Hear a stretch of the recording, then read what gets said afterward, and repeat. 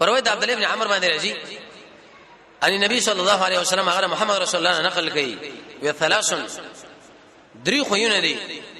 اذا كنا فيك شکل بتا کې موجود شي نو د دنیا کا ارڅ ستنه فوج تعالی بازار درنه کی څه مطلب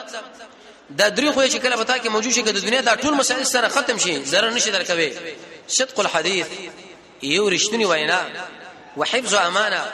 بل د امانت له ساتل او چې کله خوراکي پاغي کې احتیاط کول چې نه کده حرام مال چردنی د دې وجنه کوم انسان چې حرام شي خوري رسول الله فرمایي لایق چې د انسان الله د جانم پور باندې وسوځي یو عمل به قبول نشي او نیک عمل په انسان کې هغه وخت پیدا کیږي چې اول په انسان کې سخی دویم به تقوی دریم د الله او د الله د رسول په خبرو باندې یقیني څلورم سره د الله نه دعاګانې غواړي پنځم حلال خوراک شپږم به دې کارونه کې ځان نه بندول وم حق وینا اتم واړو امیدونه ساتل نهم د وخت قدر لسم هغه اسباب استعمالول چې عمل په قبليږي ایو لسم علم د قران او سنت او دولسمه د خوب دعا هغه انسان د ګنا نه منکه چې هغه د ارچا خوراک له لاس وړاندې کوي خوري د ابوبکر رضی الله عنه یو غلام و پاغه وخت کې دور باندې څه خرچه وکړه ابوبکر چې په پښتنه وکړه صاحب اعمال د کوم ځای نه تار راوړو و د جاهلیت په وخت کې زما یو قرض بچا باندې هغه وسترو ته هیڅ پتا باندې مې خرچه کړي و د خپل ګوتې په دخله کې ورکړي چې در دې پورې ارچه استفراغ کړه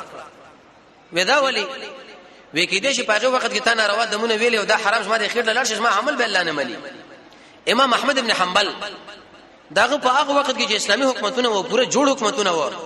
یو دوه زمون په حکومت پېښو نو هیڅ صد دغه دواړو نه د خپل خوراک او ساک جدا کی ویل کدا ولی وی اسنه کدا حکومت په یوچا باندې ظلم وکي او دغه مظلوم حق راوال زمري بچی به تنخواه کې ورکی نو دا د ظلم مال کې زمري خېټه لاړ شي الله بس ما عمل نه قبلې یو ورځ به دغه انګور وا د زوی کزه څه خمبیر پاتې شو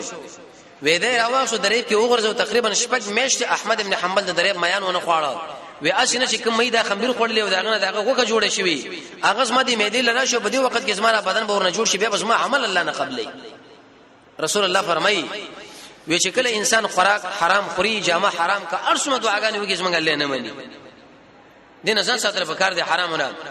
قران کې رب العالمین دا خبره کړې ده چې اے رسولانو اول خوراک حلال کې دغه نور څه به منزل راشه اول د منځه خمس موږ الله سره نشته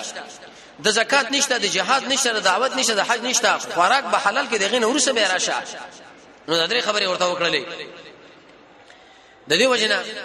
ابو هريره سے فرمایي اگر که سندن علماء په دې روایت کلام کړي لري وې الله نبی فرمایلی دي چې کله یو سړی د چا نه قرض والی په دینیت باندې جذبې دي صاحب له بنا ادا کوم استه قبضه به کوم نور بس ما سري نو د قرض ورکم چې لکه مال قرض راکا وې فهو سارق ودا سړی غلاګر دي څومره مال چې دا پیدا کوي هغه ټول حرام دي اې دې وجنه سړی باید دانیت کې جذبه ادا کوم د زهري نه نقل دی رسول الله فرمایلی دي وکم یو سړی چې خو غني چې الله سره مینه وکي او رسول نو دا خبره رښتې کوي او د امانت لحاظ ساتي او ګوندې دې zarar نه ور کوي عبد الله ابن مسعود ویلي